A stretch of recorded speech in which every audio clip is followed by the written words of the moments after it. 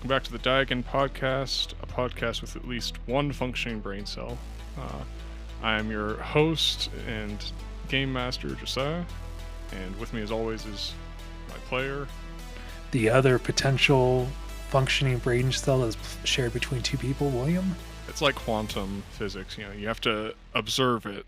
Since you can't see either of us, you don't know which of us has the brain cell. And we'll never tell. Top secret. So I think the first thing I want to go over is kind of the system, because it's another one where, like season 2, I took something that existed and sort of altered it to fit, and this time we just ran a really minimal fudge build. So not even fudge points or anything like that. If I did this again, I think I might put those in, but we basically made it where there's no game master rolling. I think I would make that like an actual rule if I run this again, so that we don't have an issue like that one scene with the agents. I would just give them all static values. I'm trying to think which part of that you're talking about. That's where he tripped you. I see. Okay, so he would have just had a block or whatever that if I can't get past that, then I would have tripped. Yeah, exactly. They would function at a static value for when you need to do something against them. They would resolve dicelessly against each other, that sort of thing. Right. So otherwise, I think I liked how it worked out a lot. You had pretty stable results, but you had enough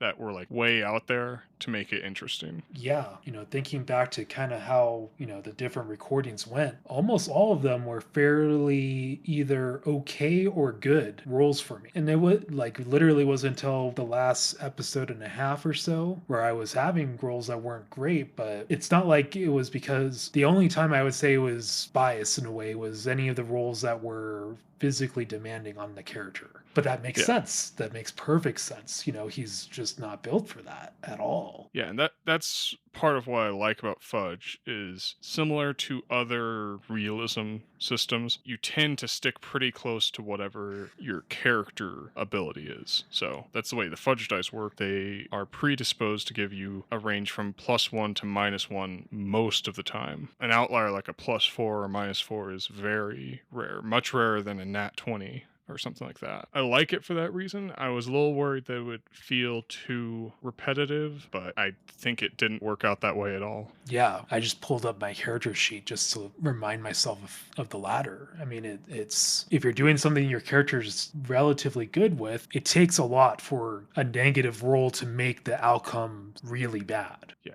And vice versa. If you're doing something your character's bad at, there's not good odds for that. And I like that. I think it definitely encourages playing to the character rather than going like, hey, I'm going to try some stuff that doesn't really make sense for my character because there's a chance I could just get a nat 20, or I'm going to do this thing that my character should be good at, but he just suddenly shits the bed because I got a nat 1. I've never had high tolerance for that. I've never been a fan. I know a lot of people are, but I just, Yeah, and with systems like that, where a natural 20 is treated like almost like a god status kind of thing. It's fine for those systems, but for what we're doing, we want our characters to potentially just not be good at what they're doing or be great at what they're doing, but something happens enough where it hinders them. And it's just literally how the dice roll. Yeah, I think this is one of those things where your system really informs the sort of physics of the world. And so having a given setting and just running it with different systems is going to make the setting feel different. Yeah.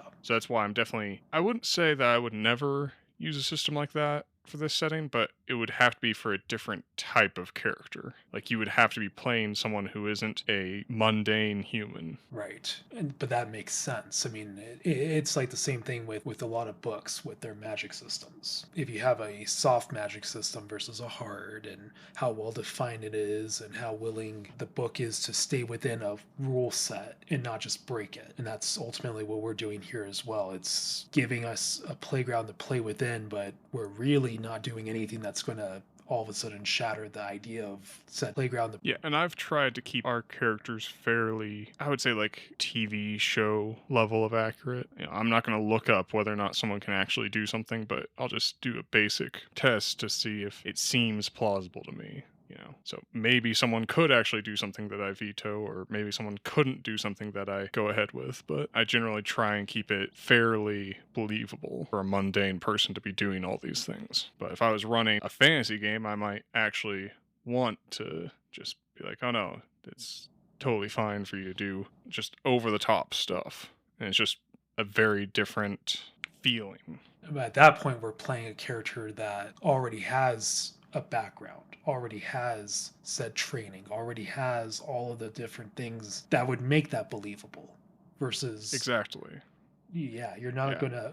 We're not gonna run a system where you have someone that's isekai'd into a different world and automatically have all the abilities. That's just not how we roll. Yeah, I'm trying to think if there's a term for it, but believable in setting is sort of the rule to go by. Grounded. I'm perfectly happy running an action movie type setting where people do over the top stuff, but I don't mix the foods on my plate. I think we're on the same page. The system worked out pretty well. What's a favorite character for you in this? I think the first one that definitely comes to mind is the dad. While he was a bit rough, it was fun just, interacting. It felt like something that you could actually see someone doing. I've dealt with some people that age who've been through those things, and it's just a very different kind of person that they are fundamentally. Like, Yeah. they lived through a very different time, grew up in a different way, and I enjoyed playing that character quite a lot. The second character I would say I enjoyed a lot, and this is technically two characters, it's the agents. It's because of that when we're able to play characters where we can have storytelling happen. And obviously with them, it's me, the player, obviously I know, like, oh no, this is really bad. But in keeping to the realism we were just discussing, my character, we already established that he kind of trusts these kind of people potentially, doesn't know to not trust them. So we had to play it like that, and didn't end up so well for Winston. Yeah, definitely as a GM, I like that. I don't think I've ever really had the stereotypical metagaming players that, like, if they know something out of character, make their person in character do something that they wouldn't do. I don't think that's ever really been an issue at any of the tables I've run. I'm generally not very harsh about that sort of thing anyways, just because I tend to stack the odds against my players because I want a lot of creative thinking to happen. So I'm generally okay with people just trying to come up with a reason their character would do something that fits with their meta knowledge. But I definitely enjoy putting people in a position where they definitely know that something's wrong, but their character doesn't. Because I feel like that really gets the brain going in overdrive of like, okay, what could possibly happen that would let my character know that something's wrong while also not breaking character? Or maybe not know that something's wrong, but how can I maneuver my character in a believable way out of this situation? Yeah. So it's definitely a fun game within the game to me. I enjoyed playing those characters quite a lot as well because any agent that shows up in this setting, they're all very set apart from normal people in a lot of ways, which at some point I assume we'll get the full extent of, but they're just so much fun to have interact with a normal person and try to act like they're not absolutely just going to do whatever they want. Yeah, it very much reminds me of like Man in Black. Yes. But the main characters we're playing are on the side that doesn't know anything about them. Maybe one of these days we'll play a character that is a part of that, and then we'll get more. But for now, just especially with Victor Smith, he right now represents for our universe. He's the one character that actually has knowledge about stuff that's going on that we could either play or potentially access, which almost happened in this last session, but because my character wasn't playing things in a way that would have been more secretive, it was to his detriment. Yeah. And when I came up with the agents in general and how they work, I was really leaning into that conspiracy theory. You're listening to the restricted channels, all these sorts of things. It's just very Cold War paranoia is kind of what I'm going for with it. I'm pretty happy with how those turned out. We discussed off air that you could have maneuvered around them. I was bringing it up here because I know if I was listening to it, I might feel like it was a total railroad. but we did discuss sort of, I don't want to give away like all the behind the scenes, but the choices do matter. I don't run railroads on principle, so. And this was discussed a couple days after that recording had happened. So it wasn't like I knew what was going to happen. I'm pretty sure anybody that listened to the episode when they were introduced would know kind of when certain things were probably going to happen. And it was, just the way how I decided to do a certain action led to me being noticed. And it was multiple things too. Like there was different stages of us being on their radar to them singling me out. Yeah, as a general rule, I try to broadcast these things. They may not always be as obvious since the listening audience doesn't have the visual, but it's fairly clear, I think, most of the time. Is there a moment that you found really fun? Let me think on that. I've got one, if you don't. Yeah, go for it. Just setting up Winston, like on that first day, where it's just like he's very meticulous and he always does this and it's just like, just setting up this person that's just be horrible to work with, but it's probably pretty fun to hang out with. Right. I just love that. So I think probably my favorite part was essentially right before everything started going down, the bar scene with Maria. That role playing that we had, and then just all of a sudden chaos. And my character not being in a position to really understand what's going on, just knows that it's happening, it's somehow connected, but so much of it being behind a DM screen, really. And just me, I don't know. I write books. That's what I do. Yeah, I think that part where it's like you only have part of the scene. That's one of the things I really like about what we're doing, where we're not obsessing over like we need to follow this character's storyline to the end and give them a satisfying arc and so on and so forth. It's like we can always revisit stuff. We're building an entire world of stuff without and since I don't know if we've mentioned this before, but my personal rule is that time is always moving forward. We're never doing like a back in whatever. We're not going to have a game in this setting that is set in an earlier time than anything that came before it. Okay, so if we were to ever deal with agents, we're going to be dealing with agents that have already had all the different things that we've gone through. Exactly, yes. Okay. And the reason that I like that is that everything that has happened always can matter going forward. So you can run into something and not find out what it is and have it be a total mystery. And then, 3 games later or 2 games later or whatever, it can come back in and then you can find out. Or it can still be a mystery thread, and something that you did find out and understand can come in and you can manipulate that, and it gives you a lot more things to work with, I think, that mean something. And so far we have 2 mysteries that were never actually resolved, and the agents have something with it. Victor Smith has no idea. He's just reporting on things as he finds them, but as we can see, it's not always successful. Were there any moments in here that you would have liked to have us handle differently? I guess would be the best way to put it. Or any general things. The general thing would be more character interaction. I mean, we got more of it, obviously, towards the end, but the in between stuff, sometimes we do move through sections a little quick.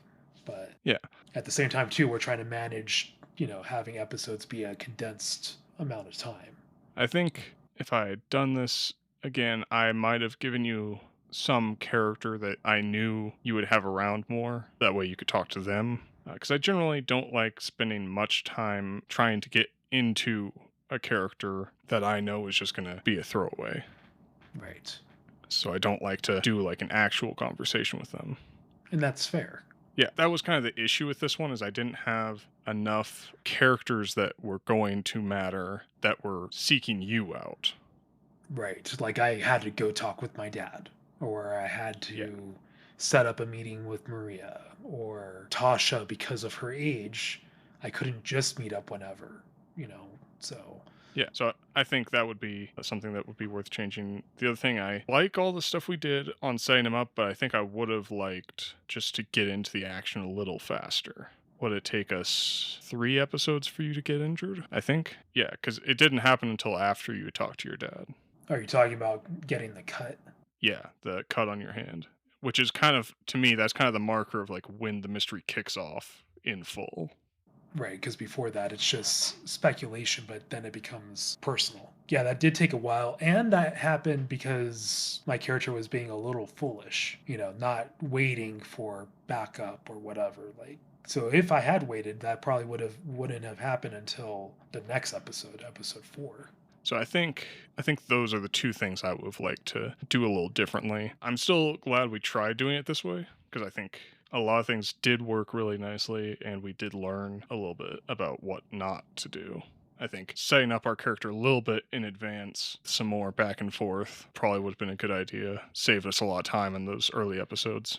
And outside of that, I'd like to hear your speculation as to what the thing that was happening actually was. I've heard a couple of things from you when you're talking about the things you're worried about that I'm interested to see why you think those things. Okay. Yeah, because I know on that first episode I had mentioned a book that I was writing, if I remember correctly, and you're kind of like, oh, that's close. So I'm thinking it was like little green men, not necessarily aliens, but something along those lines, and they were hunting down people. But past that, I'm not too sure because we didn't really get too deep into what it was. It was throughout the entire session. It was just a thing that's happening. Never figured out much past that. Yeah, it's interesting because you were very close to actually getting to the point where you were going to start actually finding out, no matter what you did, if you had just been able to stay in the game longer, basically. Okay, so if I had just avoided the agents. I'm always like of two minds about these things. On the one hand, I like that you can fail these mysteries because it's an actual game. It's not just storytelling. You're not playing Poirot and who solves every mystery. Yeah, I don't have plot armor. At the same time, this means I either have to hold on to this and use it later, or it's just something that I made and it'll never see its full use. And that's always a disappointment.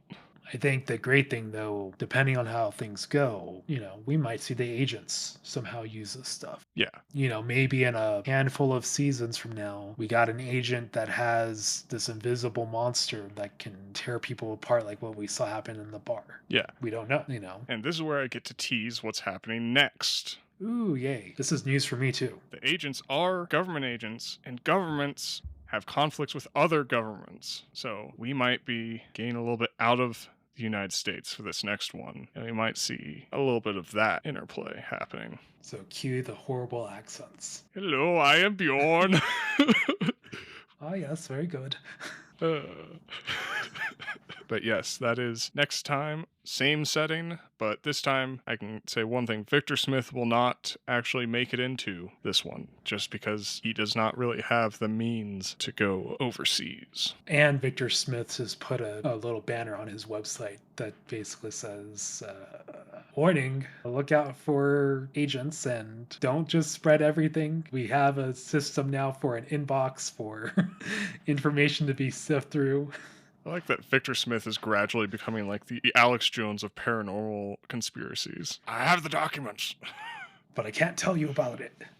Are there any questions you want to throw my way? It's the man behind the curtain. Do you have an overall idea how you want this whole thing to eventually go? And we're just figuring out the little base pieces here and there, but do you have an overall vision for how this will eventually go? I do not. I have some general ideas of things that could happen.